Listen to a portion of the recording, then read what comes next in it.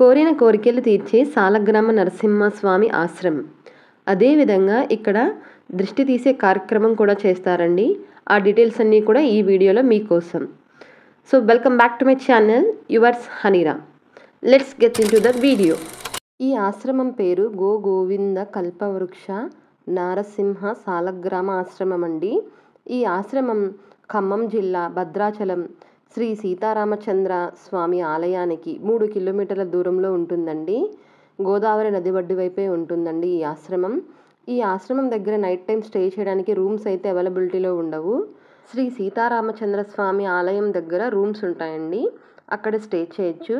మేము night time stay చేసిన తర్వాత నెక్స్ట్ డే మార్నింగ్ ఇక్కడ గోదావరి నదికి వచ్చి స్నానం చేసి శ్రీ సీతారామచంద్ర స్వామి వారి దర్శనానికి వెళ్ళామండి. మాకు దర్శనానికి 2 to 3 అవర్స్ టైం పట్టిందండి. అక్కడి నుంచి వాకబుల్ డిస్టెన్సేనండి. ఈ ఆశ్రమం పేరు కల్పవృక్ష సాలగ్రామ నరసింహస్వామి ఆశ్రమం అని చెప్పాను కదండి. ఈ ఆశ్రమం పేరులోనే ఉన్నట్టు ఇది ఒక కల్పవృక్షం లాంటిదండి. ఇక్కడ అడిగిన కోరికలన్నీ నెరవేరతాయని భక్తుల నమ్మకం. ఇక్కడ ప్రతి మూలలోనూ ప్రతి దివసు గోవిందన్ నరసింహ నరసింహ అనే నినాదాలు మారుమోగుతుంటాయి. ఇది కేవలం ఒక నినాదం కాదు, ఇది ఒక శక్తి, ఒక ప్రకాశం. ఈ నినాదం వినగానే మనసుకి ఓ విశ్వాసంతో నిండిపోతుందండి. ఈ ఆశ్రమం దగ్గరికి వచ్చిన తర్వాత ఇక్కడ ముడుపుకి 300 రూపాయలు చిల్లరిస్తే మనకు ముడుపు ఇస్తారండి. మనకి ఉద్యోగానికి అంటే ఉద్యోగానికి సంబంధించిన ముడుపు, పిల్లలకి అంటే పిల్లలకు సంబంధించిన ముడుపు, విద్య కోసం అంటే విద్య కోసం సంబంధించిన ముడుపు, పెళ్ళికి అంటే పెళ్ళికి సంబంధించిన ముడుపు ఇస్తారండి. అన్ని ముడుపులు కూడా ఒకే కాస్ట్లో ఉంటాయి దాదాపు. అదేవిధంగా ఈ ముడుపును తీసుకున్న తర్వాత మనకి 9 అంటే 9, 21 అంటే 21 ప్రదక్షిణాలు ఆశ్రమం వాళ్ళు చెప్తారండి. ఎన్ని ప్రదక్షిణాలు చేయాలన్నది. అన్ని ప్రదక్షిణాలు చేసిన తర్వాత ఇక్కడ వీడియోలో చూపిస్తున్నాను కదండి, అక్కడ ముడుపు కట్టాలి. దేవుడి దర్శనం చేసుకున్న తర్వాత ముడుపు కట్టాలండి. ఇక్కడ హోమాలు కూడా చేస్తారండి. మనం గూగుల్లో సెర్చ్ చేస్తే టెంపుల్ డీటెయిల్స్ వస్తాయండి. అక్కడ ఫోన్ నెంబర్ ఉంటుంది. ఆ ఫోన్ నెంబర్ తీసుకొని హోమం కూడా మనం ముందుగానే బుకింగ్ చేసుకోవచ్చండి.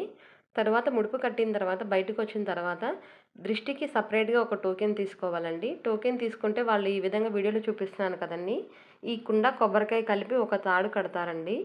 ఇది తీసుకొని వెళ్ళి గుడికి పక్కనే ఉన్న లైన్ ఉంటుందండి, ఒక పెద్ద లైన్. ఆ లైన్లో నుంచుంటే అక్కడ ఒక ఆయన దృష్టి తీసి దాన్ని నేల మీద కొట్టి ఒక ఐరన్ రాడ్తో పగలగొడతారండి ఆ కుండని.